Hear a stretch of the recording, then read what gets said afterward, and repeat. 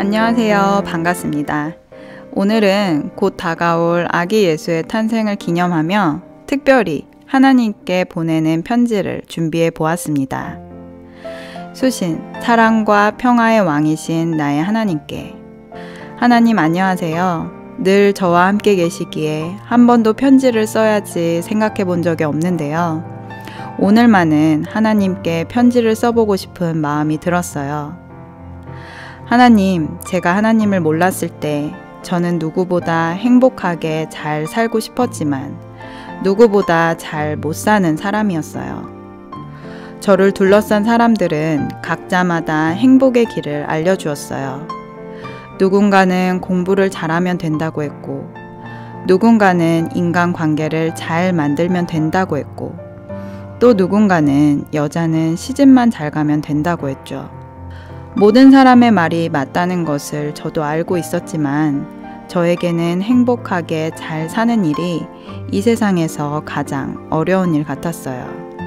몇 년 전 중학교 때 메모지에 그린 그림을 본 적이 있어요.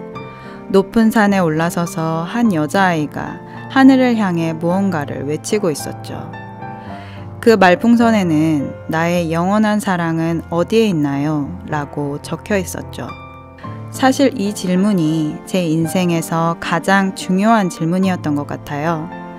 성인이 되고 난 후 험난한 세상 속에서 발버둥 치느라 그 질문은 가슴속 깊이 묻어두었지만요. 그런데 하나님은 저도 잊어버린 그 질문을 잊지 않으셨어요. 그리고 어느 날 갑자기 저를 찾아오셔서 지체하지 않으시고 그 답을 주셨죠. 내가 너의 영원한 아버지란다. 그 말씀 한마디에 저는 무너졌어요. 제 인생에서 가장 중요한 질문의 답을 28살 봄, 그때 그 시점에 바로 이곳에서 알게 될 줄은 꿈에도 상상하지 못했거든요. 그로부터 저는 하나님의 사랑에 완전히 매료되었어요. 하나님의 사랑은 알면 알수록 신비롭고 경이롭고 아름다웠어요. 그때부터 지금까지 저에게는 계속해서 기적 같은 삶이 이어지고 있어요. 일단 하나님은 저의 약한 몸을 고쳐주셨죠. 미대 입시 준비할 때부터 달고 살았던 여러 가지 몸과 마음의 병들, 두통, 생리통, 어깨 통증, 소화장애, 과위 눌림, 우울증, 공황장애를 고쳐주셨을 때 막혔던 숨통이 트이는 느낌이었어요. 제 몸을 고쳐주신 하나님께 저도 보답을 해야겠다는 생각이 들었을 때 하나님은 이제 제가 해야 될 일을 알려주셨어요. 그것은 바로 제가 평생 용서하지 못할 것 같은 사람을 진심으로 용서하는 일이었어요. 트라우마가 되어 나의 발목을 붙잡는 아픈 기억 때문에 쉽지 않았지만 모든 것을 걸고 기도했고 마침내 하나님이 그 사랑을 제 마음에 부어주셨을 때 비로소 용서할 수 있게 되었어요. 심지어 저는 이제 그분을 진심으로 사랑하고 존경하기까지 이르렀죠. 그 후 하나님은 제 성격과 습관을 바꾸시길 원하셨죠.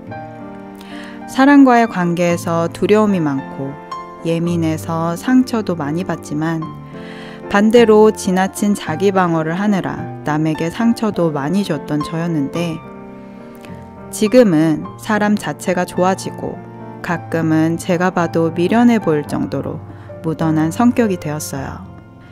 그렇게 관계가 어려웠던 제가 다른 사람들에게 관계에 대해 도움을 줄 수 있는 사람이 되었다는 게 믿기지 않을 때가 있어요. 인간의 절대 불가능을 절대 가능으로 바꾸시는 하나님, 감사하고 또 감사해요.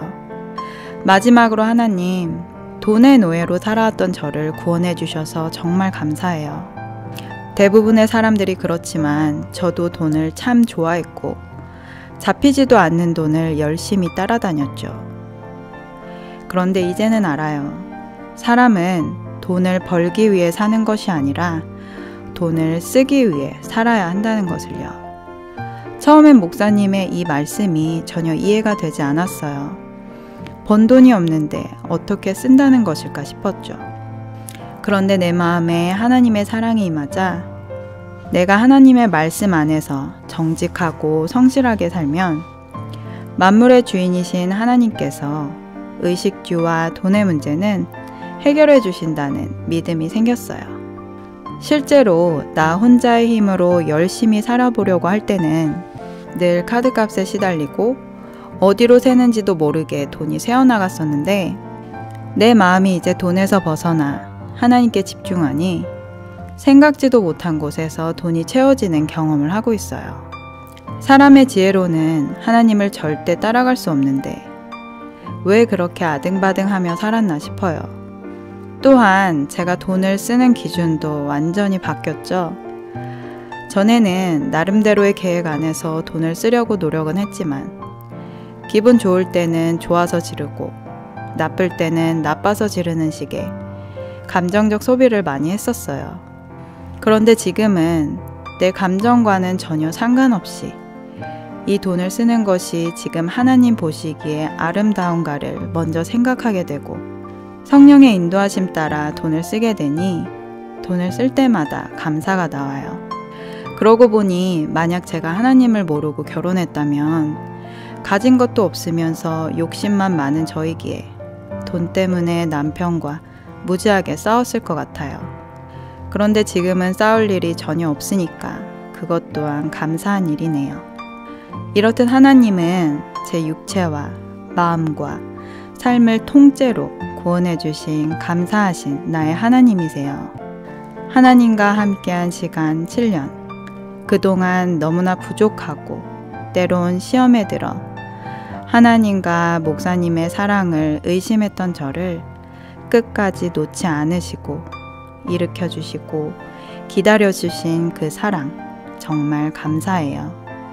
내 안에 사랑이 없으면 나는 아무것도 아닙니다. 하나님이 제게 주신 사랑은 이제 내 삶의 이유이며 전부입니다. 이제는 저도 주신 사랑으로 빛을 내며 이 어두운 세상의 등불이 될게요. 2020년 크리스마스에는 이런 기적이 일어나길 바래요.